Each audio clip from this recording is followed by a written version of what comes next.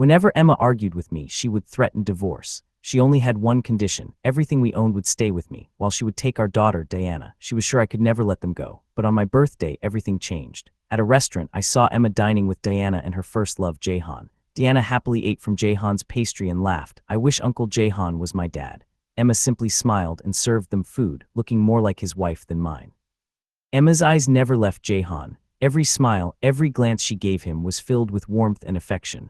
Watching from a distance, I suddenly felt drained, as if all my strength had vanished. Without interrupting their happy moment, I quietly turned around and walked away.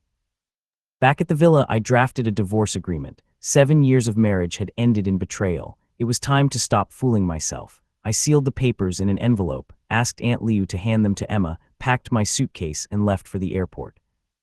Around 9 p.m., Emma returned home with Diana, who slowly stepped out of the car while clutching her mother's clothes. Because I was home, Diana had no desire to stay in the house that night.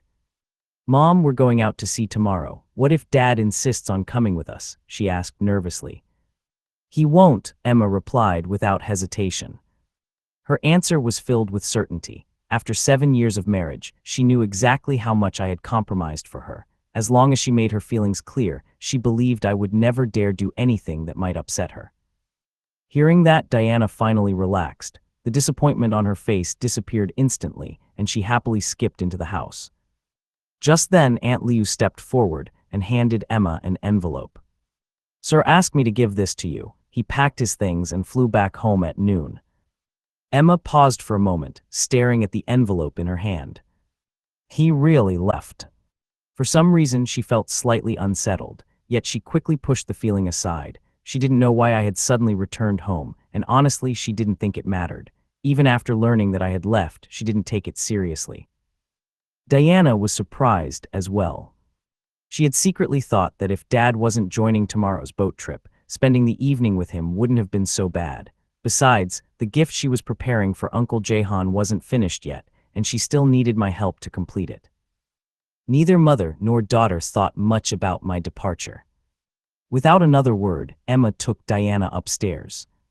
Back in her room, she was just about to open the envelope when her phone suddenly rang.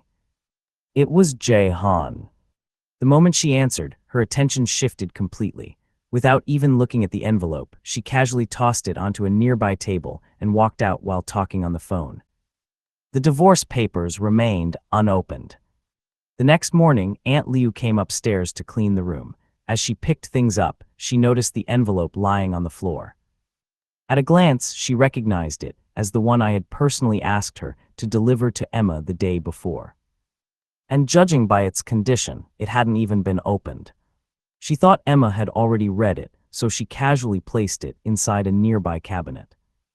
Meanwhile, after I got off the plane, I went straight home and headed upstairs to pack my things. After all, 6 years had passed. There were countless belongings of mine scattered throughout the house, but in the end, I only took a few sets of clothes and several professional books.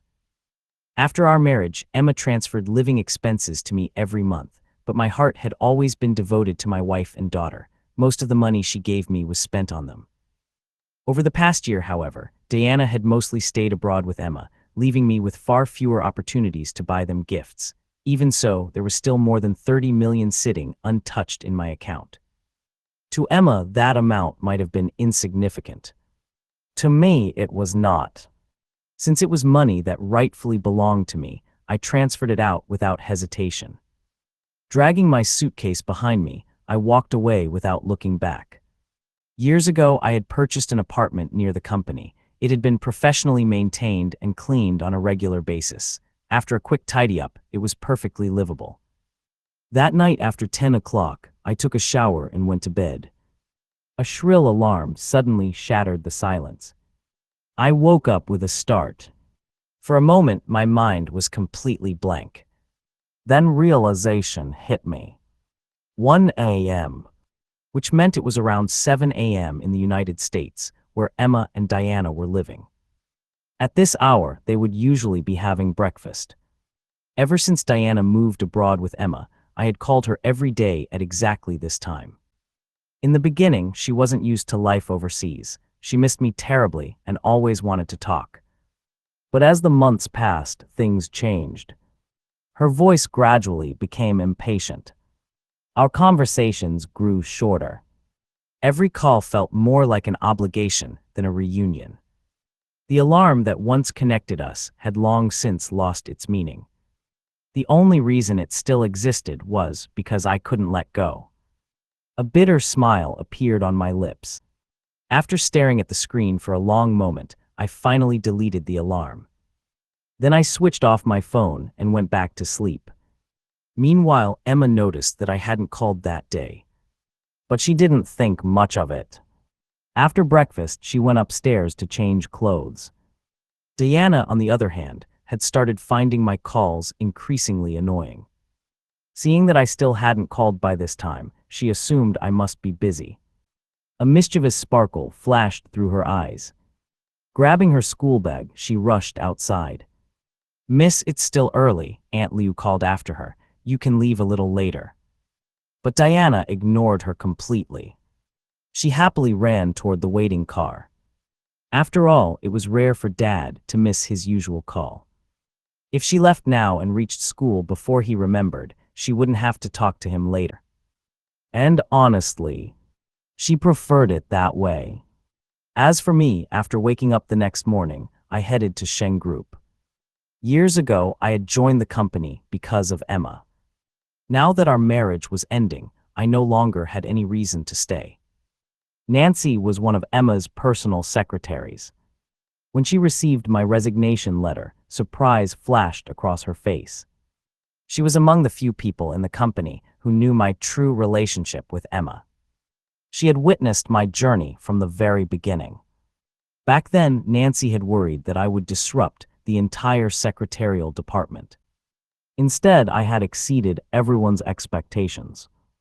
I worked tirelessly. My performance was exceptional. Within a few years, I rose to become the leader of the secretarial department. And throughout all those years, Nancy had seen my feelings for Emma more clearly than anyone. To be honest, she never expected me to resign. Something must have happened between Emma and me. Something she didn't know about. Although she felt regret, Nancy still handled the matter professionally.